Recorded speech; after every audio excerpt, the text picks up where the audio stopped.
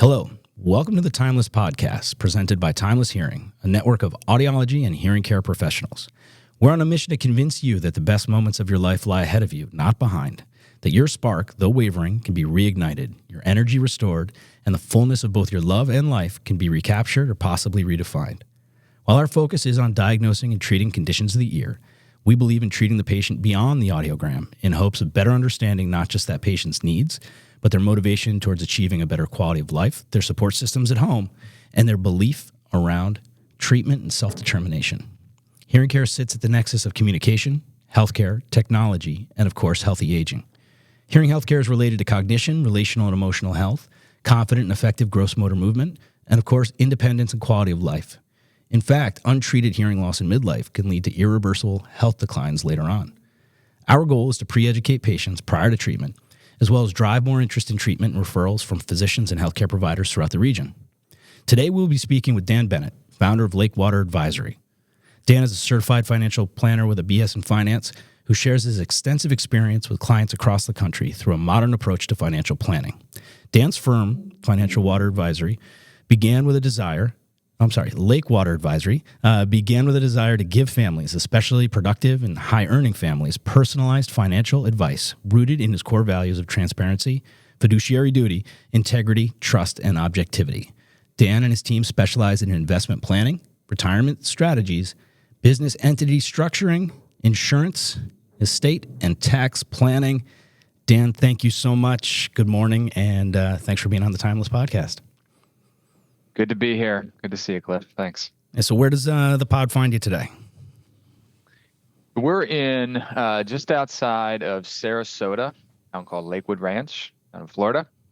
And sunny today. A little chilly, though. It's only 60. So. Yeah. Well, if I told you what the temp was here in Syracuse, you might have a different perspective there. But you're used to it. You spent quite a bit of time in Central New York, which is where we first met. Yeah, born and raised in Skaneateles, and worked there for almost 15 years in the financial industry as an advisor, and started the company and moved it down to Florida, but also retained some roots still in Skaneateles. So we still have a house there in the village, and I visit often and love upstate New York. So especially from June to about October. Oh yeah, go time. Yeah. I usually think that that's the best time to be a real estate agent in this area. You know, you never want to be showing a house in like mid-February. Right. I don't think that the region really expresses its best version of itself to prospective residents. All right, so we talk with a lot of healthcare providers about healthy aging, and of course, we are a healthcare practice. But I can tell you that a financial discussion is part of almost every single consultation that we do, primarily because to treat hearing loss, you're going to pay a portion of your investment out of pocket. And to be honest, somewhere around 20% of Americans have a paid hearing aid benefit. The rest do not. So financial considerations, especially for retirees, can be a challenging conversation for many. And in some unfortunate situations, they can opt to not treat their hearing loss because they don't have the financial resources to satisfy the investment in treatment and their other needs in the home and with healthcare. So I thought it'd be really important for us to have a discussion about healthy aging from a financial planning standpoint, especially with these numbers that are coming out lately as there's a focus on longevity. And there has been a minor dip in the U.S. Life expectancy. I think a lot of those statistics have been impacted by COVID era illnesses and deaths.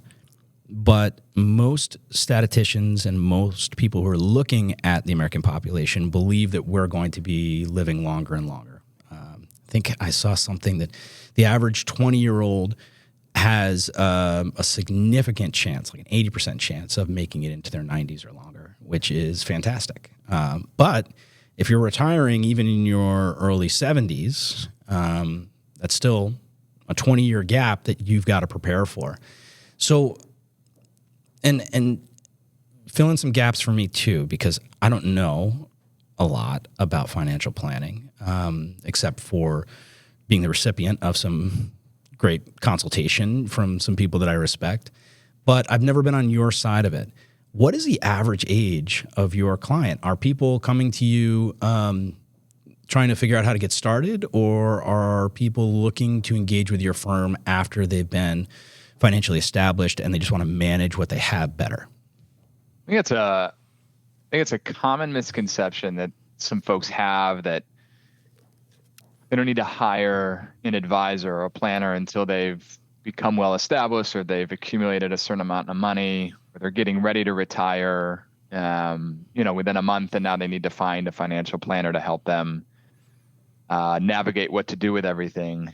The average age of the clients that I'm working with, I might be a little bit unique. I think the average age of a financial advisor these days is, correct me if I'm wrong, but I think it's around, it's in the early 60s. It's like 60, 62. Which presents some problems, but the vast majority of clients that I work with are probably in their 40s and 50s. I do have some clients that are in their 70s and 80s, and I can talk about my experience there too. I'm 38. So, generally the types of people I'm working with are going through similar life changes as myself, but have been fortunate enough to, be working with their parents, and even their grandparents too. So, and you're right. I mean, it's interesting. This wasn't a conversation that we would have maybe, 30, 40 years ago, advisors would be having with their clients, where, you would get some folks that would retire at 65, they'd get a pension, Social Security was intact, they'd get a nice present, maybe a George Foreman grill or something, and then they passed away 5 years later. So retirement spending from their investment portfolios, they didn't need to plan to have that money last quite as long as they do now, or our generation does, or even folks in their 50s. People are, they're living longer. They could realistically be retired longer than when they were actually working and saving for retirement, which is crazy to think about. Yeah. You could retire or be financially independent, and I'd like to talk about that in a second, the differences that I see there. But at 60 and live to 95, I mean, that's 35 years of not working. So, a big concern with some of these folks is, how do I spend appropriately and not risk running out of money? Yeah. And it's really interesting too. So do you think that you attract a younger client because these clients have, whether they're entrepreneurs or just hardworking, and they have need for support in planning for the resources that they've already put together, or they're just on that bell curve distribution? They're ahead of the curve on trying to get an early start on it. They're planning better. They're more aware of it. What do you think, has led you to, and your firm, to attract a younger clientele? I've found that families that are, if they're in their 30s or 40s, they've got kids. Some of them have kids. They've got to worry about childcare. They're paying down student loans. There's a number of obstacles, that they're dealing with: saving for retirement, buying a home, and still trying to enjoy life. Maybe both parents are working, maybe one's working full time and is rarely at home. I mean, there's a lot of different things going on. So what I found is, those types of families that I'm working with just have so much on their plate, and they need some type of financial coordination. Someone like myself to come in and say, okay, we've got, these retirements, these retirement accounts, these types of insurances. We want to, make sure our kids are okay. If something happened to us, we just have all this stuff going on, and we frankly just don't have the time to sit down together as a couple and figure it out ourselves. So they hire someone like me to come in and coordinate everything and bring it all together, create a plan, that's tied with, their unique values and what's important to them, to help organize everything. So I've found that some clients come to me and they say, listen, we've tried to do this on our own. We've tried investing. We're saving in our retirement accounts. We're thinking we're doing okay, but we're just not sure if we're doing the right things. Yeah. And we need some objective consultation, someone to come in and just let us know if we're on the right track or if we're not. And if we're not, what do we need to do? Yeah.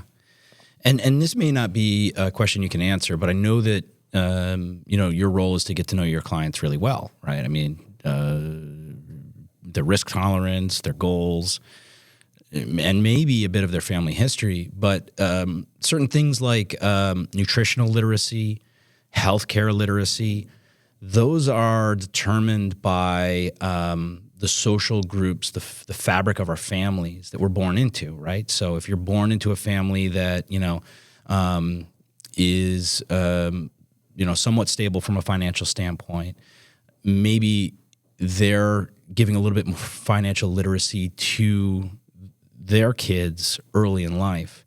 Do you find that that's something that you see in some of your clients, that their parents told them that they were going to need to save or prepared them in some way to start thinking about this? Because on the healthcare side of things, what we do find is that sometimes people don't even start to learn about making healthy decisions about their nutrition or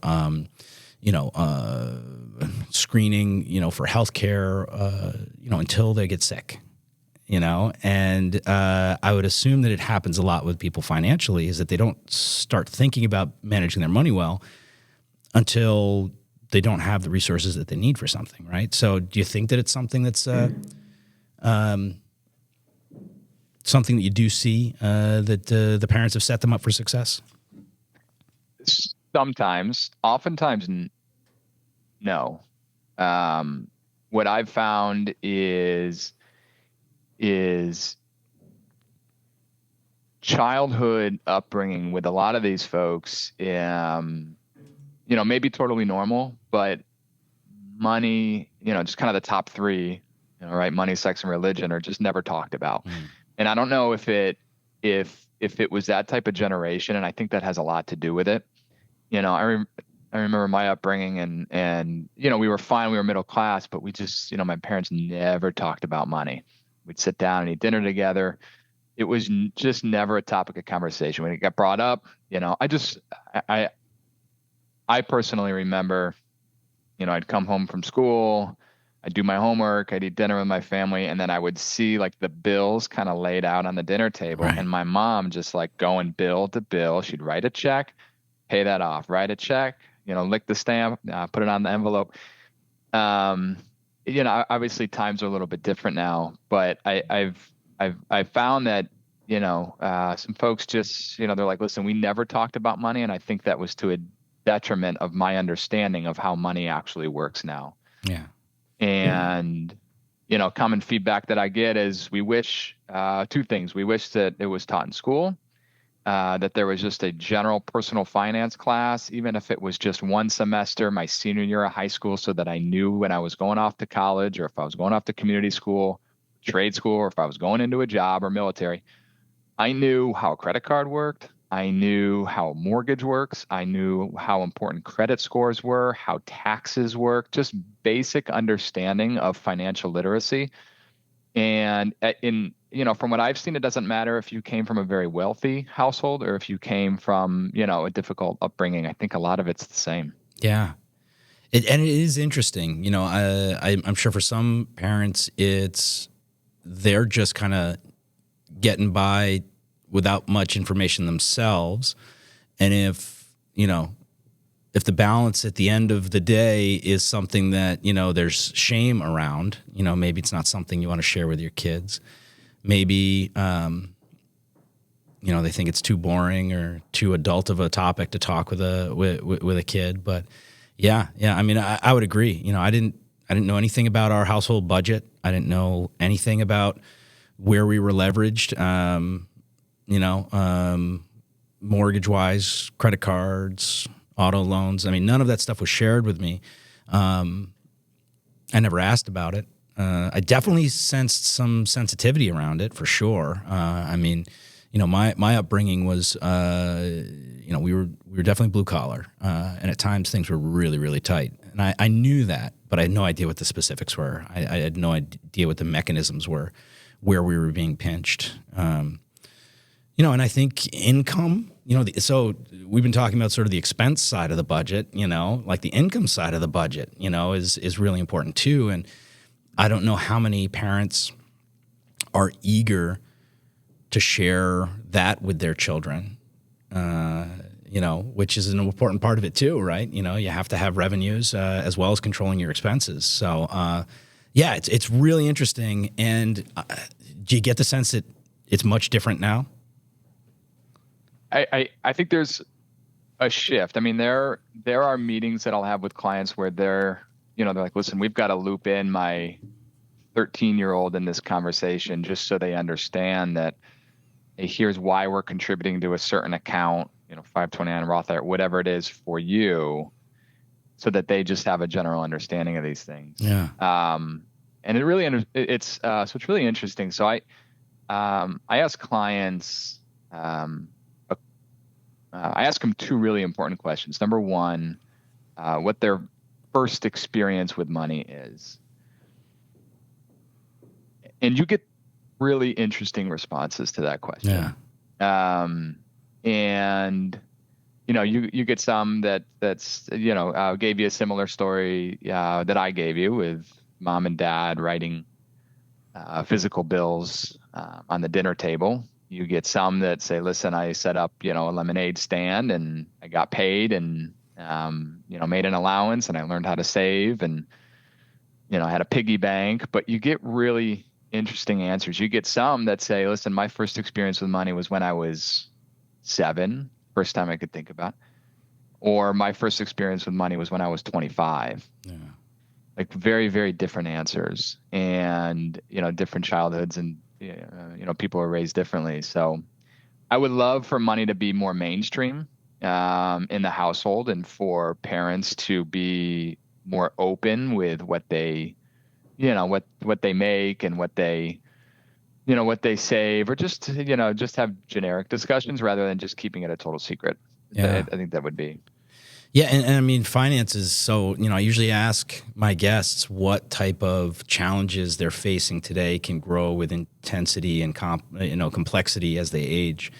And of course, if you've got financial challenges today and you don't have a good plan going forward, you just imagine that almost everything becomes more complex. I think the 4 main reasons for divorce, it's infidelity, in-laws, there might be something around, social or religious background, but then financial strain and pressure, creates all sorts of dynamics that are very difficult to navigate. So money's important, right? I mean, that's the world we live in. And what... Again, this sense that there are, so Pew Research says that, close to 40% of people over the age of 65 are likely to outlive their savings. That's crazy, and to your point, many of them are not reliant on a pension. Social Security is still cutting checks today, right? Because there are people paying into the system. But, I think we all understand there's a dubious future for Social Security at best. And that's not something where you pay into the system and that money's held for you when you retire. That money that you pay in as a taxpayer today gets paid to a Social Security recipient today, right? So that system is fueled by the tax base. And we've got a huge population of the baby boomers that are retiring en masse. I think the first baby boomer turns 80 in 2026. And the youngest baby boomers are 62, 63. So, I mean, they're all right in that kind of, prime age where people are aiming to retire. Many of them won't be able to retire, until they're in their 70s. But I have to imagine that if someone shows up and says, I thought we were doing okay, I'm 60 years old, I'm starting to run the math. I mean, it's because there's so many different things, right? Healthcare costs go up. There's inflationary forces on food and even, paying your homeowner's insurance. I mean, everything has gotten more expensive, right? The calculus has changed. And now what I had planned for is upside down. Where do you start the conversation with someone who might be in their early 60s, mid 60s, saying, I need a redo here? Well, I think it all comes down to spending. What do you anticipate needing to spend? Inflating that by 3 to 4% a year for another 20 to 30 years. Everybody's longevity is a little bit different. Family history, typically like to plan for age 90 to 95, sometimes out to 100, depending on if mom and dad live to, in their early to mid 90s. And, understanding what's coming in and what's going out. I think you don't need to be too strict around your budgeting, and budgeting doesn't need to be done by only 30 and 40-year-olds. It should be done by folks that are getting ready to retire and what type of expenses they actually need to be spending money on. But it is helpful to take a look back over the last 3 to 4 months and say, okay, what's our average spending? What can we cut?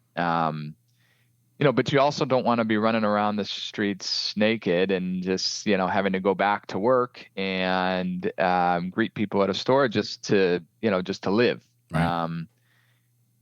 I am finding that more and more people retire completely because that was the original, that was their vision, to be done at 65 or 67 or 68, only to find themselves a year later just to go back to work because for two reasons. Number one, because they need to, but I think most folks just be like, listen, I just need to get out of the house, or my spouse is kicking me out of the house. I'm driving my wife crazy. She wants me to get out of the house, for a couple hours a day. But, and I think people need that. I think people need, they need a focus. They need something to retire to rather than just kind of running from something while they're actually working. And have a purpose, and whether it doesn't have to be a work purpose, it could be, I love hanging out with my grandkids and I love, teaching them new tricks and doing things with my family, but I think there needs to be something. Yeah, it's really interesting. There's this funny trope that I remember running into probably 20, 25 years ago, but this idea that so many people are actually busier in retirement than they were when they were working. They're engaged in social activities, they're volunteering, they're consulting, even some of them, depending on their backgrounds. But to your point, the social engagement, the active nature of being up and moving around, getting out of the house so you're not getting on your spouse's nerves, whatever it might be, those are all a benefit. And the goodwill that you earn from volunteering, which is basically your compensation for volunteering, is different than sort of being in a position where you have to go get a job that maybe you don't want to go to, or you're not as passionate about that as you might be in, doing whatever that volunteer work is that you were doing out of the goodness of your heart. Now you're back in a position where you have to show up on someone else's clock, earning whatever, it is that you can earn, dictated by, someone else. It seems to, just be a different set of principles. If you're going to be busy, being busy for those different reasons. But I think there's a big difference between retirement, sort of old school sort of thinking of retirement, versus being financially independent. Yeah. And of course that means different things, but I typically like to drive the conversation toward focusing on being financially independent. So whatever age that is, whatever endpoint that is, whether it's 55, 60, 60, whatever it is, to be in a position financially where your spending can be met by passive income in real estate or in your retirement or 401k, Social Security, so that if you continue to work because you just genuinely enjoy what you do, um, and you love the people that you work with, or you want to do something else, that you can do that knowing that, hey, I could stop at any time because I've got this form of income coming in over here. So I think financial independence, or the ability to make, a really big purchase without going into a substantial amount of debt on. Yeah. So thinking of it that way a little bit more than just kind of sitting and watching Netflix all day. Yeah. Wow. So, and maybe for some folks that is the dream, I don't know. It could be because my parents, I'm not saying my parents watch Netflix all day, but they retired at 60. My dad was a pipeliner in upstate New York. My mom was a nurse. And they moved down to Florida, and their dream was just to golf and fish every day. And some folks would be like, listen, that's just, I'd get bored after 6 months. But for them, it's like, they're 73 now. They've been doing it for 15 years. And they just, and now obviously they're active in our kids, their grandkids' life. So, it's kind of created and ignited a little bit more of a purpose for them. But, that's their life. That's their lifestyle. It's not for me. It's for them. We're all different. It'd be a boring world if we were all the same. But yeah. So how much? So, when the sheer nature of what you do is providing consultation for someone, I'd assume is receptive to it, right? I mean, you're not forcing budgeting tactics onto someone that you've never met. They've walked into your office and they've asked for help. But there's so much emotion around money. Do you find that people either come to you? Does it happen where people come to you, your clients do, and they're kind of a little bit desperate? Or do you find others come to you where they're still not willing to be 100% open with you about what's going on? And how do you take care of a client in an emotional or vulnerable state surrounding money? And how do you get a client that's a little more closed off to open up and become more vulnerable? Money on first meetings, clients, hopefully this isn't the case with their healthcare provider, but they're not going to open up about everything. I mean, right? And we've just met. Maybe we were introduced by a mutual friend, but they're not going to, tell me about every single financial mistake they've ever made. I do think, though, that a good financial advisor, a good financial planner, is someone that asks great questions, is not prescribing without diagnosing, is someone that can tie either an individual or a family's financial goals with what's most important to them, and aligning their use of capital, and capital maybe not just money, but capital meaning time, energy, passion, what they like to do, with their values. And a good advisor will kind of bridge the two. And, and that's what I try to do. And I think that's what we do a really good job of. It doesn't do anybody any good, especially a patient, if they walk in to see a physician and then all of a sudden they're prescribing medications without fully diagnosing their problems and listening to the patient. And it's no different in our industry. It shouldn't be any different in our industry. Sometimes it is. Sure. All right, but it shouldn't be. And so I think what we really like to do is, if you've got, just kind of give you a visual, if you've got, 2 islands here, and on one island you have someone's entire financial ecosystem, their 401k, their income, their debts, their mortgage, their credit cards, healthcare expenses, everything on one side. And then on the other island, you have everything that's important to them, their unique desired outcomes, when they want to retire, their family, their kids, their grandkids. Do they want to give? Are they part of a church that they want to give to? Did they give to certain charities? Whatever it is.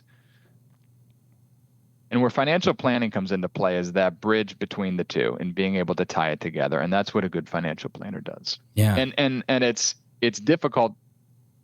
Well, then when you are now anchored to that,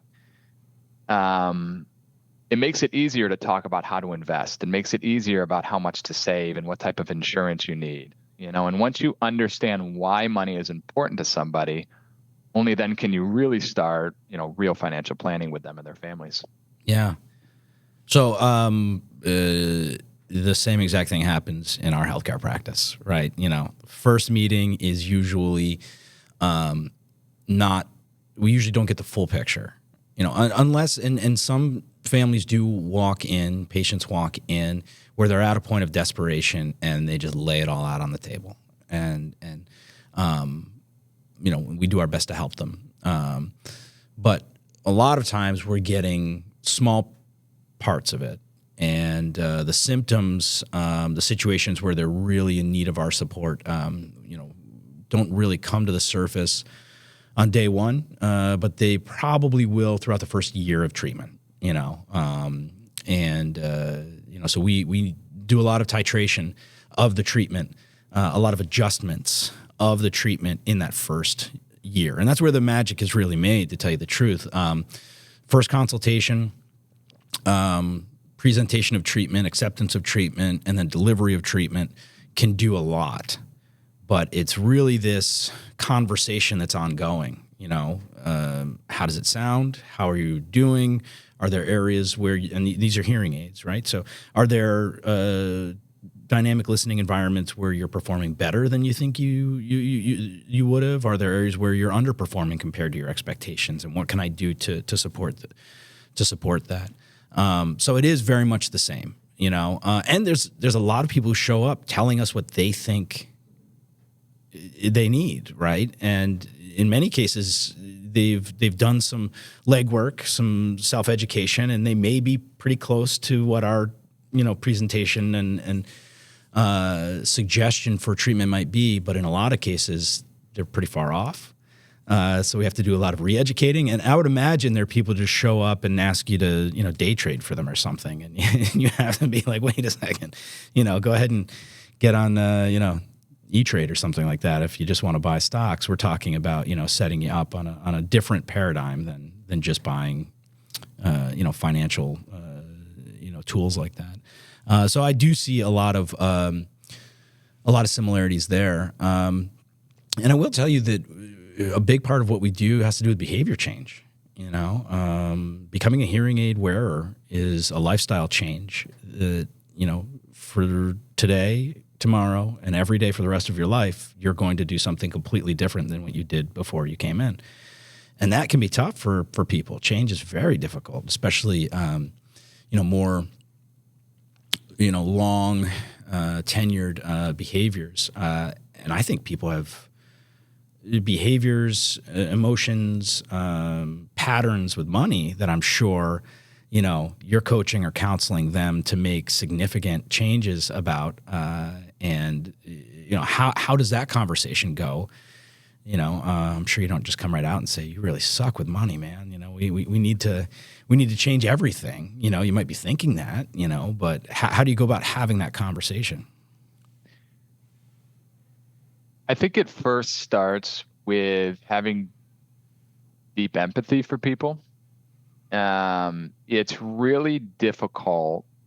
I'm sure this is with most industries, but particularly with ours, it's very difficult to I guess what I call hide the advice monster. Yeah. Where if someone comes into the office, or we're talking via Zoom, and they have all these different things going on, it's really difficult to just immediately say, do this, do this, do this, do this. Maybe that's in the back of my mind. I kind of have an idea But no, there's never a discussion of, man, you're doing everything wrong.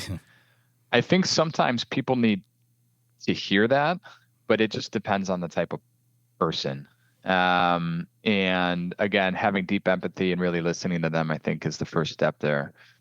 Um, and and and and also finding out, what's obviously what does money mean to them and why is it important? I think that's probably one of the most important questions that I ask clients on that first meeting. And this changes over time because people's lives change over time. But why is money important to you? What about money is important to you? And I remember asking this question to a couple years ago. She was an ER doctor, and just high charging ER doctors. Always working, always on call, very high stress, solutions oriented, right? I mean, just always trying to help, but has to be though. Has to be. I mean, it's life or death within seconds, and so sometimes they don't have time to ask the type of questions that you and I would ask folks, and so. But I remember asking her and her spouse that question of why is money most important to you? And she goes, well, because of the freedom that it creates, or it's a tool to be able to do other things. So then I asked her, okay, well, what about freedom is important to you? And she answered, well, just, the flexibility, that comes from it. And we just kept kind of going around and around in a circle.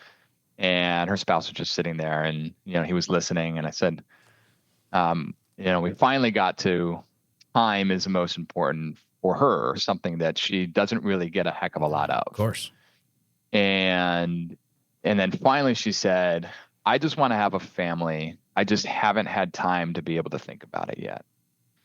And she was in her mid-30s. He was about 40. And he was in the room. And his response was just like, listen, I had no idea you wanted to have a family. And I just kind of sat back and they just, it was almost like couples therapy in a sense, but that's, it's part of the job sometimes, is to just kind of sit back and listen. And he was like, listen, I didn't realize you wanted to have a family. She goes, I just haven't had time to think. I'm always working. So that was really, really interesting. But I think if folks don't have a financial advisor, if they don't have a financial planner, try to have those conversations if you can, maybe if it's over a glass of wine, with your significant other or a friend or a family member of, or maybe they're thinking about it on their drive on their way to work of, why is money important to me? Because even if you're super successful, I've been lucky enough to work with very successful people, and I've been lucky enough to work with not very successful people, just kind of the, a broad spectrum of everybody. And I think what a lot of people struggle with, whether you're successful or not, is just defining an end game and what's ultimately enough. And, it's a struggle for all of us. I mean, I struggle with it from time to time too, but just trying to find out what's, what are we doing and why are we doing it? And who are we doing it for? Yeah. So it's interesting. I'd like to ask you, I mean, why do you do this? Why, what does being a financial planner satisfy inside of you, and what first directed you into this role? Well, I started in this when I was 24 and I was selling insurance. And when you're 24, the first thing you're thinking about is, I got to move out of mom and dad's house. And I got to get out and I got to make money immediately because I can't keep doing this. So, I was with the insurance company for about 7 or 8 years. And then I, went on to work for, a larger brokerage company. And it wasn't until, I was about 10 years into this business until I really fully understood the impact that we were making on people's lives, which allowed me to fully understand why I was doing what I was doing. So we were working with a young couple. He was a firefighter. She was a stay-at-home mom. We ended up doing some planning for them. He passed away. They had 4 kids. They were all under 9. He passed away. With the planning work that we did, she was thankfully all set up, wouldn't have to go back to work. Having that conversation with her, and she had no idea where anything was. How to get into bank accounts, how to get into retirement accounts, how much life insurance he had, nothing. But we had everything. We came prepared to the meeting with her to deliver all of that. And I left there like in tears. Like I'm driving home crying, and I'm thinking to myself, like, this is insane. I've been on this rat wheel for a decade. Enjoying what I was doing, but not necessarily knowing why I was doing what I was doing. And I was driving home and I was like, this is what I'm going to do for the rest of my life. Like this, hopefully this never happens again, but I'm, not naive to, understand that if I do this for another 30 years, it's going to happen again. And I don't want to have those types of conversations. I don't want to have a different conversation. So that conversation was, you're going to be okay. And the kids are going to be okay. I don't want to have a different type of conversation with a specific client. If I could have done a little bit more, so that's why. Yeah. But yeah, I mean, powerful. And I think really lucky for you that you were able to have that moment, and it might have transformed something inside of you, but you were able to stay in the same role. I think some people have these awakenings and they're like, I'm in the wrong field. I'm doing something completely wrong with my life or with my time. And, they go back to school or they course correct with their professional trajectory. And you were able to really just dial in deeper into what it was that you'd already become an expert in. So I think really lucky and, maybe serendipitous and, maybe there was some foresight, as you're a 24-year-old trying to figure out what to do, that this might develop in the way that it did. But I think it's an amazing story and, I'm glad you're doing what you're doing. So when it comes to retirement, I've got a 22-year-old nephew, and this guy's got what appears to be the same misperception as almost anyone in their early 20s these days, that they're going to either have some, YouTube channel or, Bitcoin extravaganza, or become a real estate, tycoon that's going to set them up on some trajectory where they'll be, rich and set up in retirement. But almost anyone that I've ever talked to in the financial advisory space, it's about being conservative and consistent. Definitely knowing what your risk tolerance is and maybe taking some gambles down again when they're, calculated. But it's more about doing things smart and small for as long as possible. And that's a lot different than, get rich quick, get discovered, become famous. Do you see that attitude in young people? And how do you have a conversation with someone who's so blinded by the, Instagram influencer draw, to say, hey, you may want to have a backup plan here or, until you're discovered, why don't you, act as if it won't happen, right? I mean, so how do you you think about your kids, like how are you going to set them up for success with the right type of mentality? Oh man, I think about, where technology is now. So my kids are 6 and 4, and I think about where technology is now versus where it's going to be in the next 5 to 10 years. I'm not blind to, to understand that they're going to be exposed to these types of things. I think that, delayed gratification is really, really difficult. It's difficult for anybody, whether, it's your 22-year-old nephew or if it's somebody in their 60s or 70s, like, knowing that if there are, consistent habits that you're able to do today, whether it's, from a health perspective or from a financial perspective of just saving a little bit into your retirement account. The most millionaires in this country come from folks that have 401k plans, not ones that drive a Lambo and, record themselves and how they set up an LLC and they're able to write everything off. And and they evade taxes for 35 years. Those types of social media influencers, maybe there are some, but there's a lot of noise out there, and I think it could be it can be confusing. I'm also not, I also am aware that there's a lot of different ways to make money these days, and it's not just your W-2 job and that's it. I mean, there are kids. We have some clients that have kids that have YouTube channels that have hundreds of thousands of subscribers, and they're making like $15,000 a month, and they're 21 years old. And so there are ways, different ways to be able to make money. However, it doesn't mean you can't, but there are also consistencies that should be, it should be adopted at a young age, so that there is a fallback plan or a plan B plan in case this doesn't work out. Yeah. So, just like with your physical health, going to the gym every day, you're not gonna have a six pack overnight, or you're not gonna lose 30 pounds overnight. This type of stuff takes discipline. It takes hard work, and it's not easy to sit down with a 30-year-old and say, hey, you're going to have X amount of dollars at 60. And they're thinking 60. I got to figure out how to get my kid to school, in 3 hours. I don't know what, but I think zooming out is important. Yeah. So.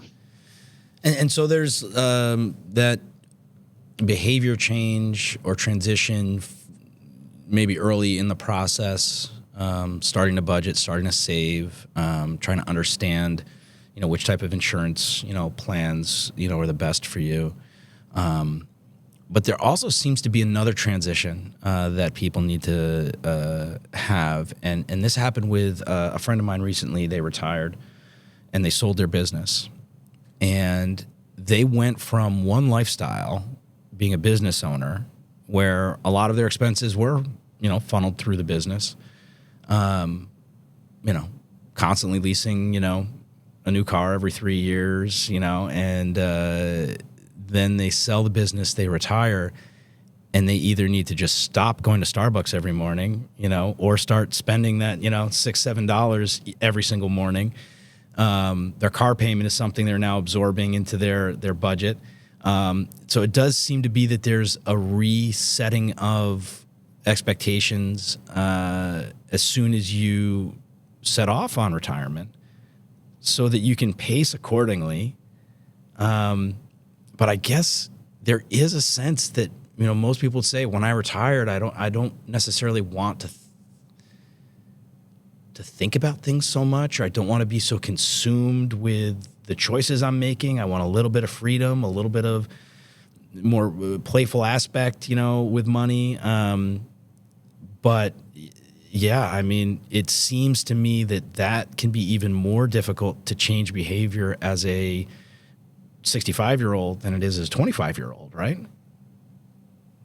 Yeah, I mean, you're not going to change your behavior overnight, and it's difficult really for business owners too, because their entire life is sort of entangled into this business that was everything. That was their livelihood. That was their baby in a sense. And so, if you spend a certain way for 30 or 40 years, you're not going to change that overnight. So I think it's less about changing someone's spending habits and more about getting them to realize, I mean, they can't change it unless they change it themselves. It's not an advisor or anybody else coming in and saying, you have to do this, you have to change that, because if they're a business owner, they don't do well with taking orders from other people. And so, but if they realize it themselves, I mean, listen, I was able to write all this stuff off and I was able to spend this much. I probably can't, or if I do, I need to have a little bit more of a buffer than I anticipated in the first place. Yeah.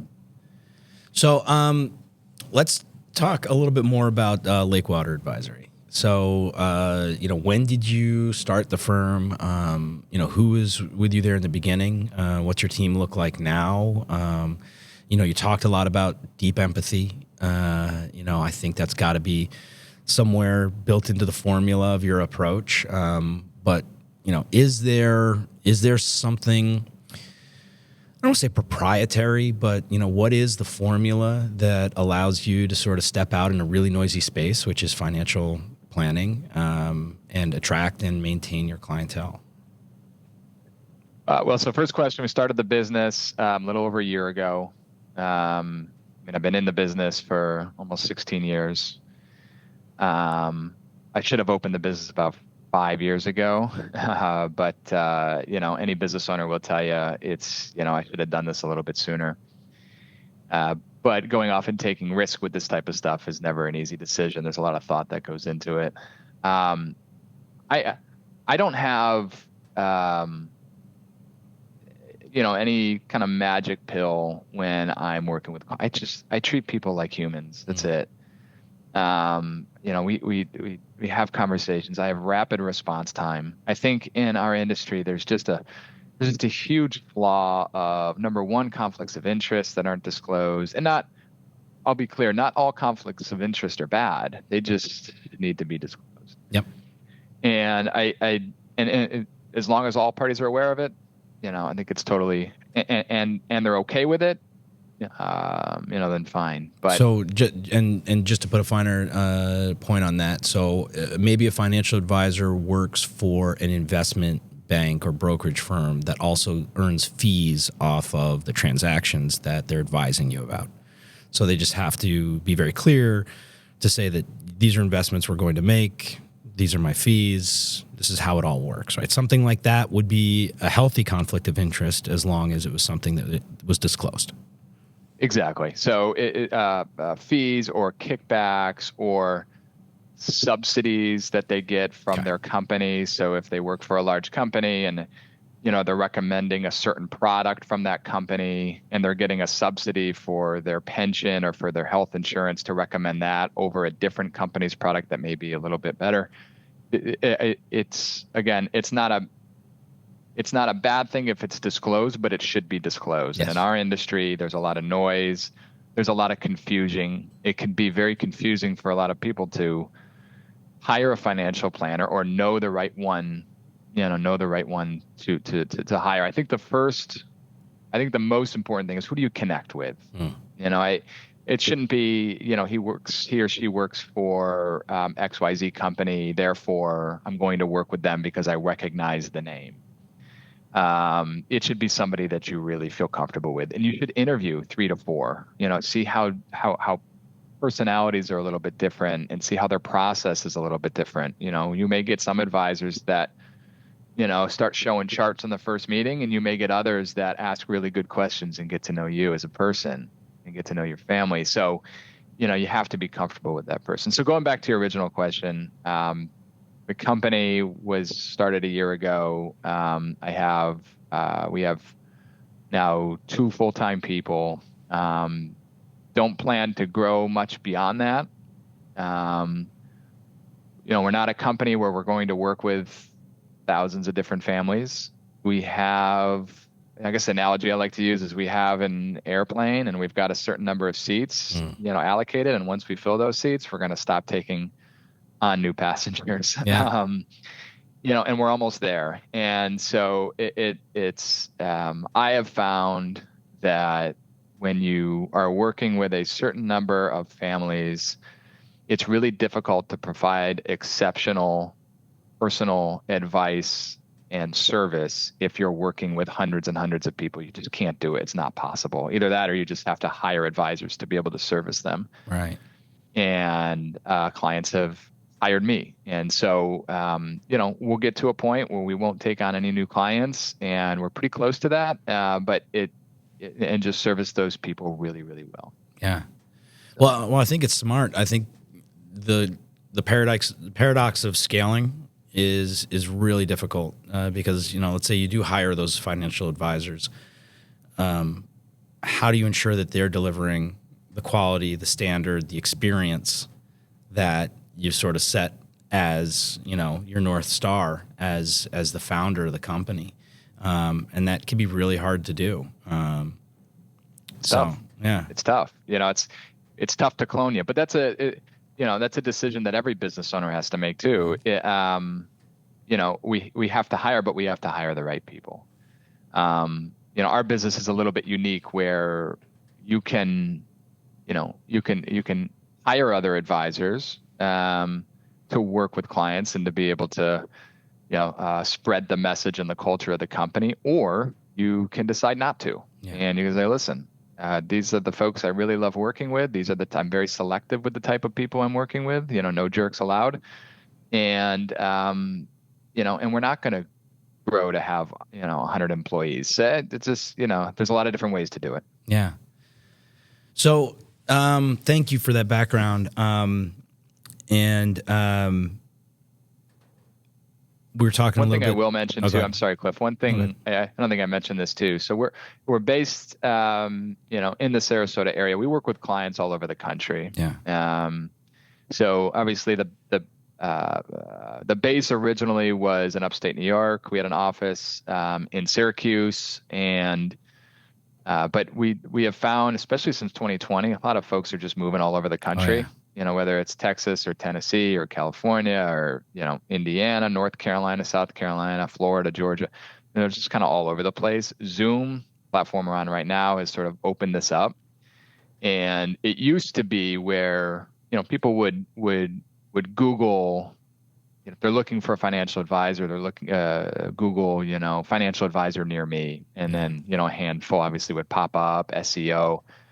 I'm finding more and more people are, if they're an ophthalmologist or, if they're a dentist or if they're a teacher, they're Googling, financial advisors that work with ophthalmologists or financial advisors that work with business owners. And they're choosing and they're interviewing advisors throughout the country that best fit their needs. Because listen, I can be in your lap on your laptop at 3:00 in the afternoon, whether you're, in Indiana or you're in Sarasota or you're in Syracuse. So yeah, probably more accessible than if you lived in the same town, right? To get into the same office. Yeah. But what was funny was that, when I was in, I was in Skinny Atlas, I'd have neighbors that were 3 houses down that would prefer to meet via Zoom. Yeah. Yeah. It's like, listen, we got, our kids off to, lacrosse practice and hockey and this and that. Let's just do a Zoom at 10:00 in the morning on a Wednesday because it's just easier. Yeah. So. Yeah. Well, time is important. I mean, you talked about that as a form of capital. All right. So we talked a little bit before the call got started about wanting to make sure that, we talk in some general terms. One, we certainly want to make sure that, we know that every person's financial situation is unique, so it's very difficult to generalize too much. And then, of course, regulatory issues, we certainly want to be aware of as well. But what are like some general steps? And it does seem to me that these days it's 401k.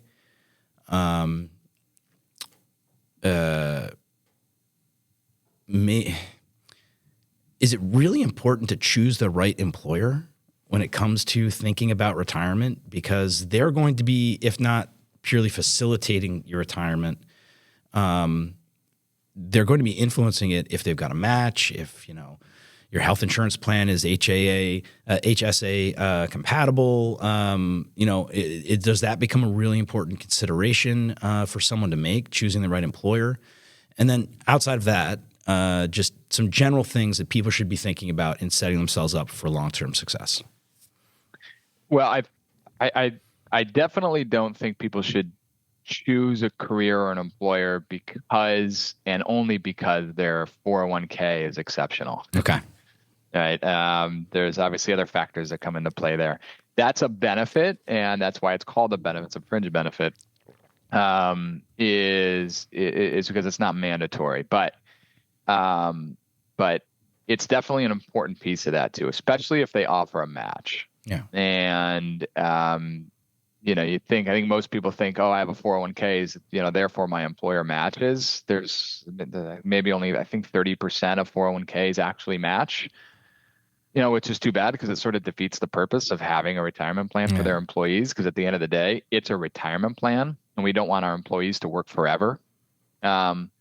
With that being said, too, you have to understand that people aren't working for the same employer for 30 or 40 years anymore. They're just not. I mean, I think the average is like 5 to 6 employers over their lifetime. It might be even more. But a match is certainly important. Health insurance is probably number one. That's the number one benefit that people really want. Unfortunately, it's becoming more and more expensive for them and for their employer. And we're seeing subsidies change quite a bit as premiums are going through the roof. So I would say health insurance number one, group benefits, life, disability are important, and obviously a good retirement plan is important too. But you don't have to participate. So if your employer, and I mean 401ks are great for a lot of people because they don't have to manage it themselves, right? And if they were to get paid, they wouldn't invest the money anyway. But if you have an employer that doesn't have a 401k or they don't match, you don't have to participate there, right? I mean, you can take those same investment dollars and take them to the market in the form of an IRA, whether it's Roth or not. Maybe buying individual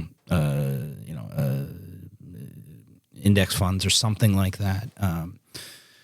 You don't have to contribute. You could, as you said, you could set up a Roth traditional. My favorite account is a brokerage account.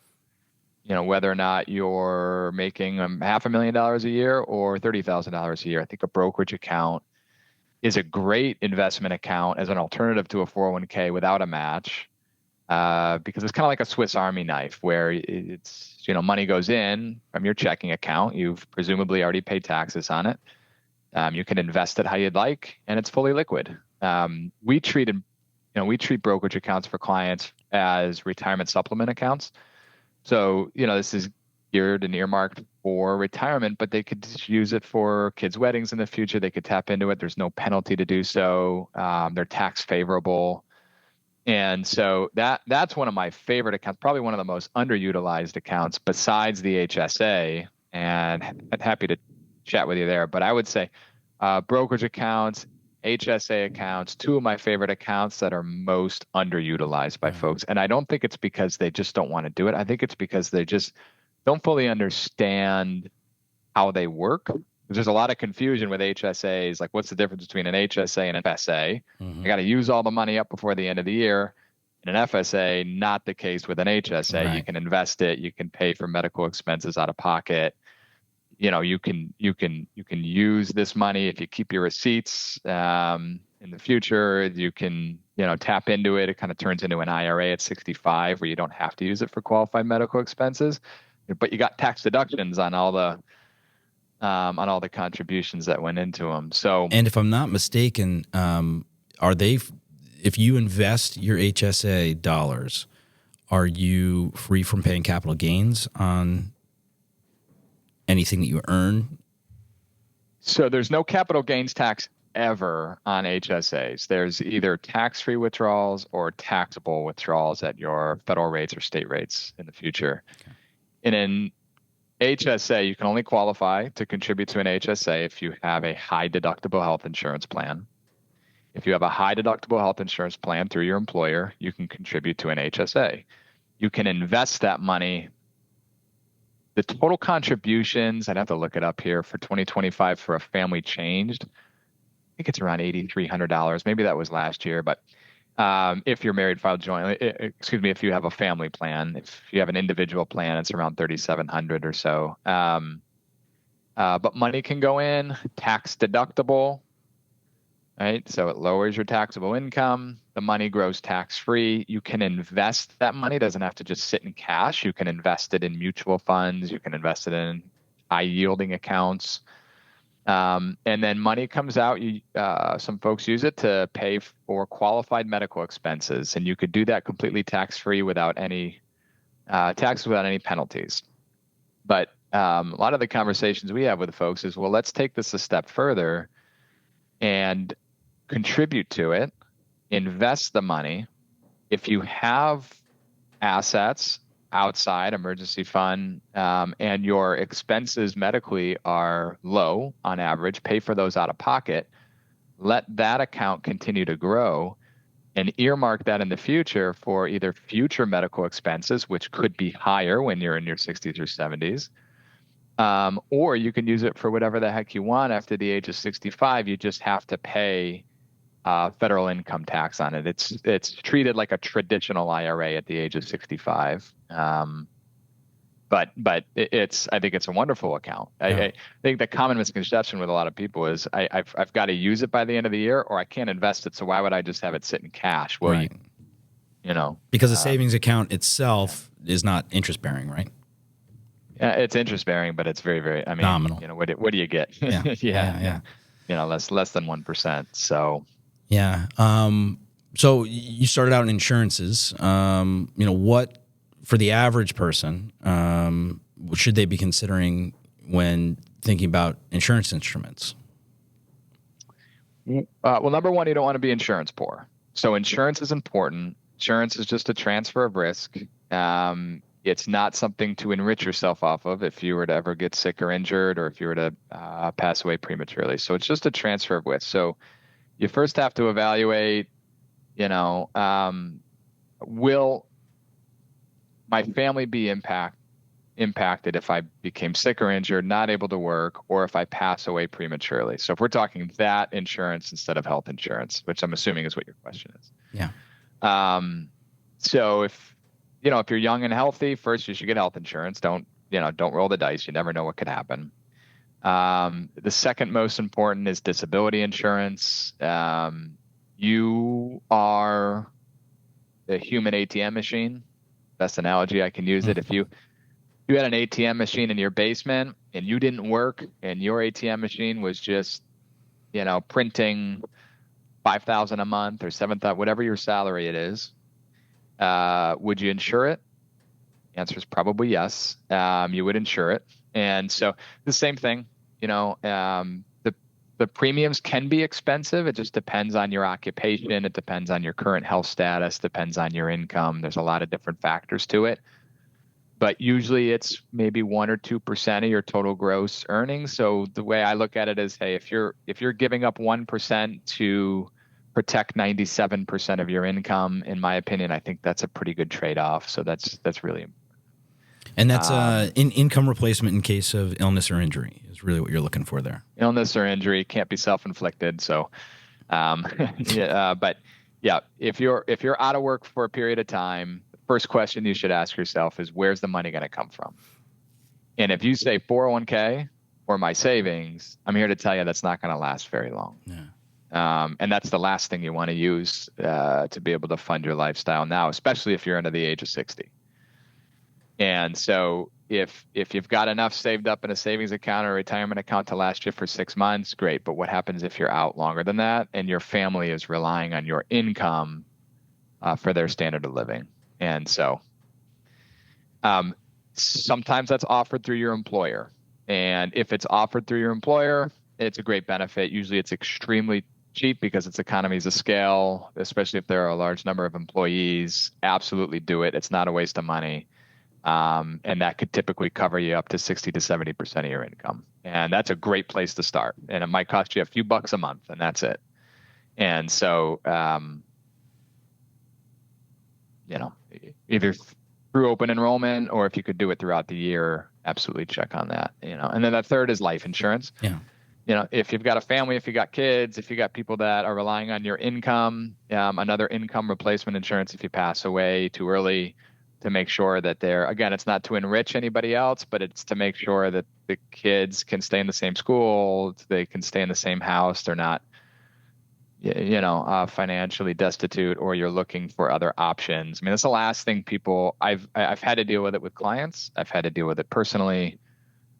And some of your listeners have probably had to deal with this. The last thing that you want to think about, when someone passes, a loved one passes, is money. Yeah. It's like, how am I going to pay for it? Like, where?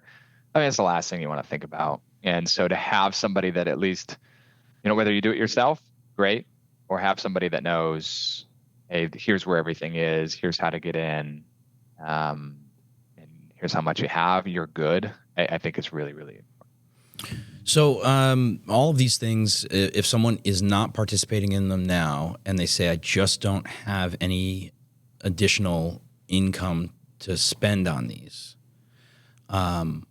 what are some of the areas where they should be looking at and that you find are kind of the low-hanging fruit for generating some liquidity without additional income, right? So, is it taking a look at their fixed expenses and trying to renegotiate some things? Is it taking a look at their variable expenses and trying to, change some habits and some purchasing habits? If we went through and you said, well, these are the three things you should, contribute to your HSA, and get this life insurance and maybe put some additional money into a brokerage account. And if you were able to come up with an extra $1,500 each month, you could cover all three of these things. And I said, great. I don't have $1,500 because I've budgeted everything out. Where should I be looking on the expense side? Where is sort of the, again, the low-hanging fruit that I might be able to find some movement? So there was there was a study a long time ago, and they keep doing this every year. It was called the latte method, where they had interviewed a handful of people, and they were trying to figure out where their expenses were coming from, and it was folks that were paycheck to paycheck, and then they found out I was spending, $8 a day at Starbucks. And if I cut that out and use that $8 and invested it, I have X amount of dollars 20 or 30 years from now. I'm not a fan of that at all. All right. I don't think it's, from my experience, I don't think it's the little purchases. I think it's the big purchases. And I think one of the big ones, right now are car loans and car leases and credit cards and the interest rates on credit cards. Now there's talk right now at Capitol Hill that interest rates could be capped on credit cards down to 10%. Right now, they're at I think the average interest rate on a credit card is 28%. It's crazy. People are barely making the minimum payments on those. And it's just the principal just keeps rolling over. And it becomes very, very difficult. To me, that's predatory because banks are, making a certain amount on the back end on those. But I don't think you need to budget in a sense where you have to cut out every little tiny expense, coffee here, groceries. I mean, you got to feed your family. If you enjoy a coffee, drink a coffee. Either find ways to increase income on the side, whether it's a side gig or it's a side hustle, and you're doing something on the weekends or you're making money online somehow. I mean, there's a lot of different ways to do those. Or if your car payment is 15% of your income, sell it and get a new car and try and keep car payments under 8% of your gross income. I mean, there are times when I will meet with someone and they make $70,000 a year, but their car payment is $1,400 a month. Wow. That's just someone that's car poor. And it's challenging now because cars and SUVs right now are insanely expensive, but you could still get a decent, I mean, it's an ego hit, right? It's not, oh man, I got to sell my F-150 and buy a 2024, F-150 with 160,000 miles on it. I don't know. But I think taking a look at expenses and trying to reduce the larger ticket items versus the smaller ticket items helps. Okay. And increasing revenue. Yeah. No, in other areas. That's great. So it's probably a lot easier to get started earlier in life.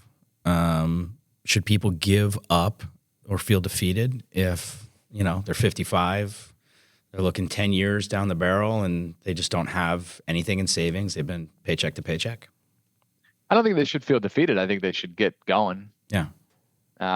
If they're 55 and they don't have anything and they want to be done in 10 years, you just have to, be realistic about your future spending needs and make sacrifices today to start putting money away, as much as possible. And if, a common sort of ultimatum that I see some clients have to choose between is, do I save for my kids' college or do I save for retirement? and if the question is either or, it should always be retirement. I mean, it should always be, hey, you got to make sure that you're saving for yourself so that your kids, even if they get a fully paid for college tuition, room and board in the future, that they're not taking care of you, Yeah. in your 60s and 70s too. So it's either so if it's an either or, always pay yourself first. So no, I don't think you should be defeated. I just think that, these types of conversations are always difficult with spouses because people just don't want to talk about money. And when they're in their 50s, they may think that, it's too late when it's not. I mean, I have worked with clients that are in their late 50s that have very little in savings, that have been able to kind of create a mind shift in become savers rather than spenders and make some lifestyle changes. Now they're not going to,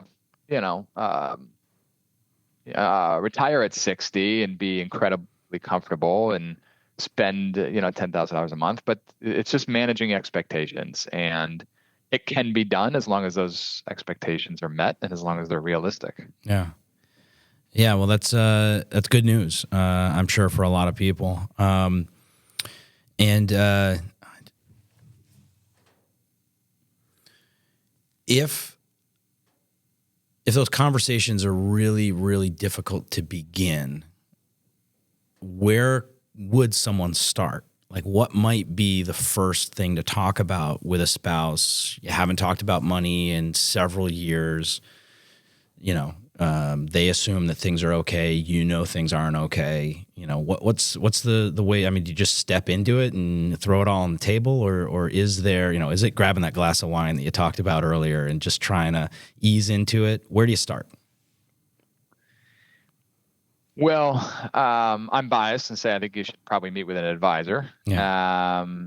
And maybe meet with somebody that gets paid for their time rather than gets paid by selling a certain type of product. That would be the first place I would start, where it's like, hey, we need, a consultation from somebody to give us a real honest opinion of where we stand. Not someone that's trying to sell us something. So I think that's the first step. It's going to be hard for couples who married for 20 years and then all of a sudden, they're not talking about money. And then all of a sudden it's like, let's pull out the bottle of wine and start talking about money. I mean, It's very unusual. If that conversation does start, it'll typically end with that bottle of wine thrown against the side of the house. But, I think getting someone else involved, it's not unusual. And you may be surprised to hear this, but a lot of financial advisors actually have financial advisors. Yeah. We all have our own blind spots, and by definition, we can't see the things that we don't necessarily see. And so advisors that have other advisors are ones that are like, listen, I need you to help me make sure that I'm making the right decisions and that these decisions that I'm making are in alignment with what's most important to my spouse and I, because advisors have blind spots too. Yeah. And obviously families have their own blind spots, and maybe they've done certain thing a certain way for so long and they just need an objective voice to come in and, give some advice. So that's where I would start. Obviously coming from a biased place. Yeah.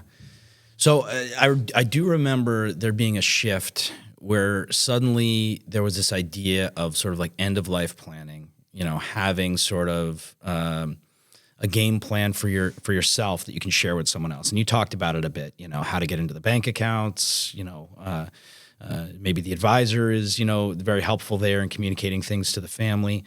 But I certainly remember like putting aside money, for your funeral, because funerals can be, average cost has got to be $7,000, $8,000, maybe more, for a funeral, making sure that there's, your family will have the ability to take care of your remains in a way that they want to and not have to make choices or not have to pay for it, themselves, not be burdened by it.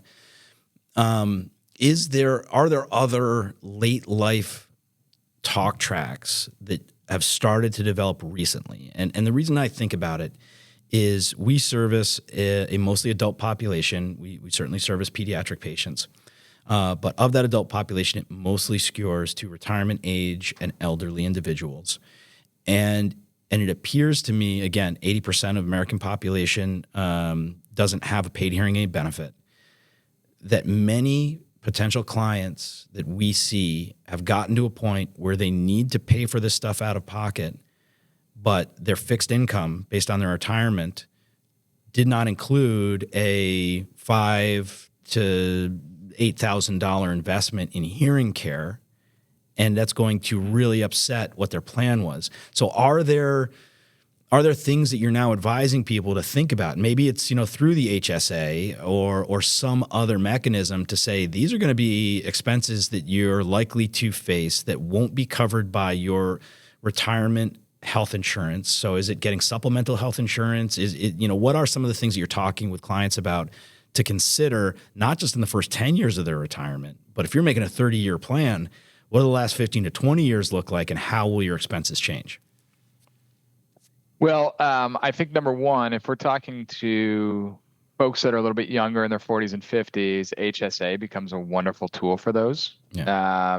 Where, if Medicare is not covering certain expenses in retirement, if it's not covering, a certain surgery, then you've got access to this account that you've now sort of earmarked for these, unforeseen, medical expenses that aren't covered. So, we also have some clients that take a portion, like let's just say spouse has a 401k and the other has an IRA, and we've taken the full balance, but then we've sort of siphoned off a small portion of it, maybe 5% of it, into a separate IRA, and we just title that one healthcare IRA. All right? There's no such a healthcare IRA. It's in our mind, it's okay. This is the portion of money that we're going to be used for long-term care expenses, which is a big, big, big issue right now. Absolutely. And other things that come up, like we aren't in a nursing home or home health care. We're in good health, but I need cataract surgery, or I need some other form of surgery. So, there's two ways to look at that. You can insure it through certain types of insurances, which are insanely expensive right now, or you can take money that you've already saved and just take maybe 5 to 10% of it and keep it off to the side, and just know in the back of your mind that that's going to be used for these expenses down here in the future. And do your best not to touch it. And do you generally describe it as long-term health, or do you give some examples of what that might look like, or do you just kind of leave it as a general fund? So leave it as a general fund, a healthcare fund. So healthcare can mean anything, under the healthcare, universe. A lot of the times it's long-term care. Yeah. It's, I think the average cost of long-term care for a nursing home right now is like $12,000 a month. Yeah. It's incredibly expensive. Assisted living is about half of that. Home care is still expensive in its own right. But there used to be types of insurances that people could go out and get, long-term care insurance. That's slowly going away. There used to be about 30 companies that offered it for folks to go out and buy to pay for long-term care expenses in the future. I believe there's only one or maybe two companies left in the state of New York that offer long-term care insurance, and it's very expensive. Yeah. And if you're in your 70s, good luck. I mean, it's way too expensive. So what we've sort of done is now we've said, okay, what type of retirement accounts do we have? How do we, reconfigure some of these and be creative with it so that these are used for this, and then everything else is used for spending? Yeah. It's really interesting. I saw this probably about 3 weeks ago. A report came out that Anthem, which is a major commercial insurance plan, was considering no longer covering anesthesia, that they would cover the surgery, but that the anesthesia would be the patient's responsibility. And, it could be several $1,000s, because of the not insignificant potential of real harm, including death, going under anesthesia, right? So it's very expensive to protect the anesthesiologist and the hospital systems that are actually performing it. They backed off it almost immediately. Yeah. But that was in the wake of the UHC, the death of the CEO of United Healthcare. Yeah.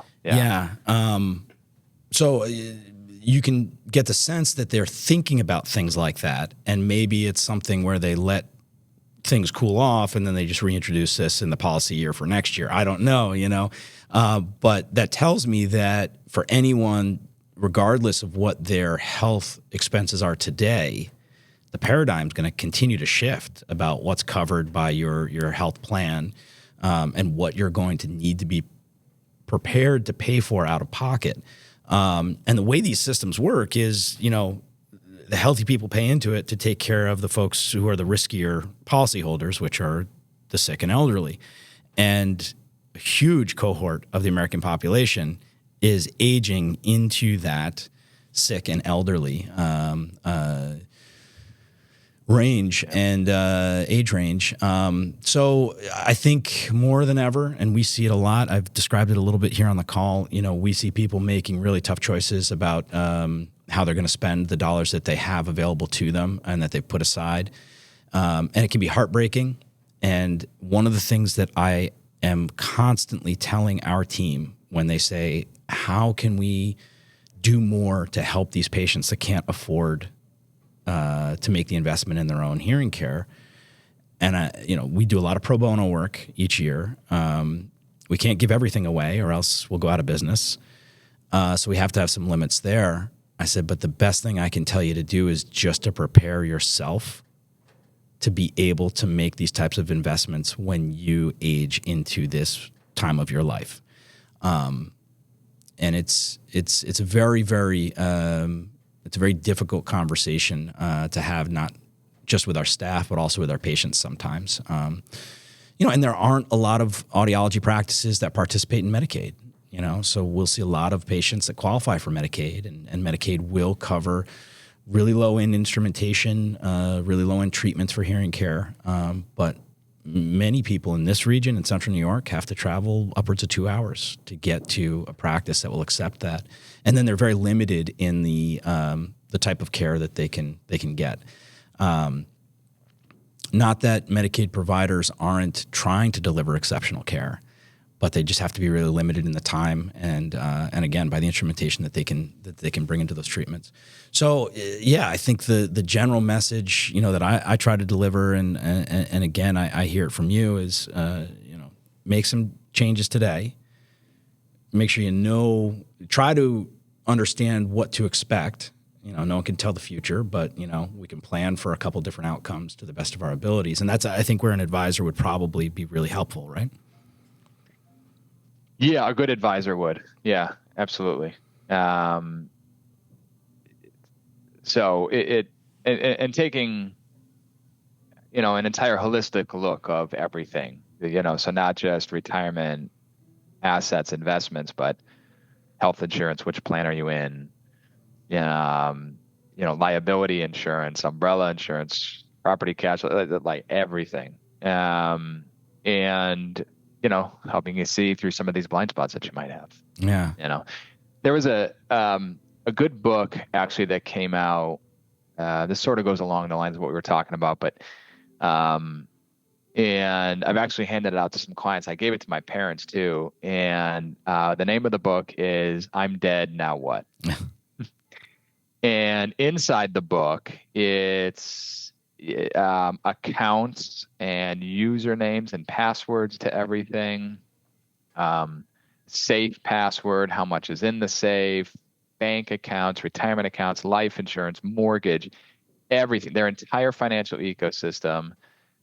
Obviously adding some levity to the fact that they're no longer here, but putting families at ease to know we don't have to dig through, and people have done this, I've done this, where someone passes away and you walk in and you're just trying to organize everything. And you're like, I don't know. Like, we're trying to get into his email. We're trying to go through the mortgage company. They won't talk to us. And we don't know if he's got a life insurance policy, but we think he does. But maybe it was 30 years ago. Maybe it lapsed. Maybe not.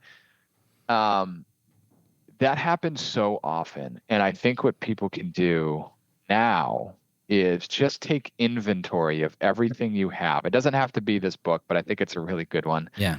It could be a spreadsheet. It could just be you writing down on a sheet of paper. Make sure that somebody knows, whether it's a spouse or kids. First, introduce the concept of money if they're mature enough to have that conversation. And second, make sure there's a place that they can go where they know where everything is, so they're not scrambling and money's not being left on the table, because I bet you most people would want their hard-earned money going to family rather than state keeping. And there's trillions of dollars, not trillions, but there are millions and millions of dollars of old 401k plans that people never knew they had. They passed away, family never knew about them. There's no search engine to find it. I wish there was. That's like a, $1 trillion idea right there. If someone could come up with a way that you could search your deceased, dad's old retirement account through their social security number, and he had, he's got, $6,000 through Fidelity. I wish there was something like that, but there's not. So the only way to do it is to keep really good inventory and records of what you have, so that your loved ones can help organize everything if something happened to you. Well, I think that's great advice. Outside of that, do you think you have an enduring message for people about financial planning, about managing things?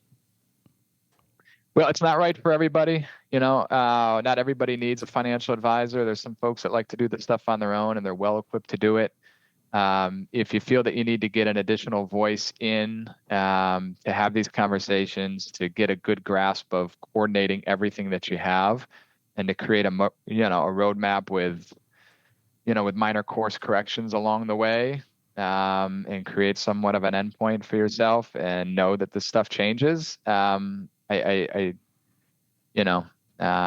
are a handful of advisors that I think do a great job, and if we're not the right fit, we always refer folks to other people that we respect and that I personally would work with. So, if someone was listening and wanted to learn more about Lakewater, where would they find you?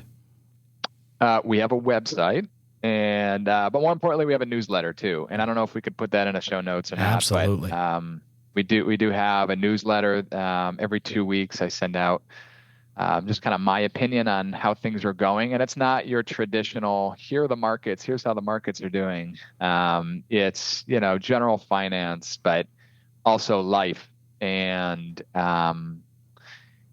family. And so we sort of interject everything into it. And I think you'd enjoy it. So, yeah, no, please share, and we'll definitely put it in the show notes. Well, Dan, thank you so much for your time. Thanks for joining the Timeless Podcast. None of us can change the fact that we will age, but we can, through mindful choices, applied disciplines, and vision and commitment to our future selves, have some say in just how well we will age. Again, this has been the Timeless Podcast, presented by Timeless Hearing, a group of healthcare professionals on a mission to convince you that the best moments of your life lie ahead of you, not behind, that your spark, though wavering, can be reignited, your energy restored, and the fullness of both your love and life can be recaptured, possibly redefined. Visit us at timelesshearing.com or any one of our area practice locations and come find out how. Thank you so much for your time. If we've enlightened you, sparked your curiosity, or prompted your feedback on how or where we've gotten it wrong, please comment, share, and follow. Thank you so much.